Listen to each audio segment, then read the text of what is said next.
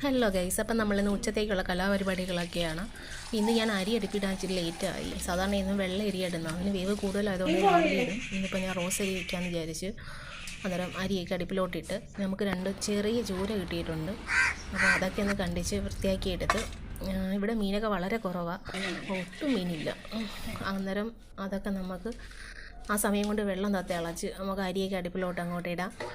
പിന്നെ പുളിമുളക് ഞാൻ വയ്ക്കുന്ന കറി, സവാളയും തക്കാളിയൊക്കെ ഇട്ട് മസാലയൊക്കെ ഇട്ടൊന്ന് വഴച്ചിട്ട് അരച്ച് അങ്ങനെ ചാറാക്കി വയ്ക്കുന്ന, കാരണം ഇവിടെ ചാറ് ശരിക്ക് വേണം. അങ്ങനെ ബാക്കി ഇന്നലെ പൊരിച്ചതിൻ്റെ ബാക്കി കുറച്ച് കാരലിരിപ്പുണ്ടായിരുന്നു, അപ്പോൾ അതിലോട്ട് മസാലയൊക്കെ ഇട്ട് അത് നമുക്കൊന്ന് വറുത്തെടുക്കാം. അല്ലാതെ കറി വെച്ചാൽ അത് കൂട്ടാൻ പാടാണ്, മുള്ളൊക്കെ അടത്തിയെടുക്കുന്ന കാര്യം പാടാണ്. അപ്പം നല്ലതുപോലെ മൊരിച്ചെടുത്താൽ നമുക്കത് മുള്ളോട്ട് ചവിച്ചെടുക്കാം. ആ സമയം കൊണ്ട് മീൻകറിയൊക്കെ തിളച്ച് വന്ന് മീനൊക്കെ അതിലോട്ട് ഇട്ട സമയമായപ്പോൾ മീനും ഒരു വശം മൊരിഞ്ഞ് വന്നിട്ടുണ്ട്. മൊരിഞ്ഞിട്ടില്ല, ചെറുതായിട്ടൊന്ന് ഇതായതേ ഉള്ളൂ. ഇനി അങ്ങോട്ടും ഇങ്ങോട്ടൊക്കെ തിരിച്ചിടണം. അതാകുമ്പം നല്ലതുപോലെ മൊരിഞ്ഞ് കിട്ടിയ കുഞ്ഞുങ്ങൾക്ക് കഴിക്കാനും എളുപ്പമാണ്. അന്നേരം അതങ്ങോട്ട് തിരിച്ചൊക്കെ ഇട്ട് കൊടുത്ത് ആ സമയം കൊണ്ട്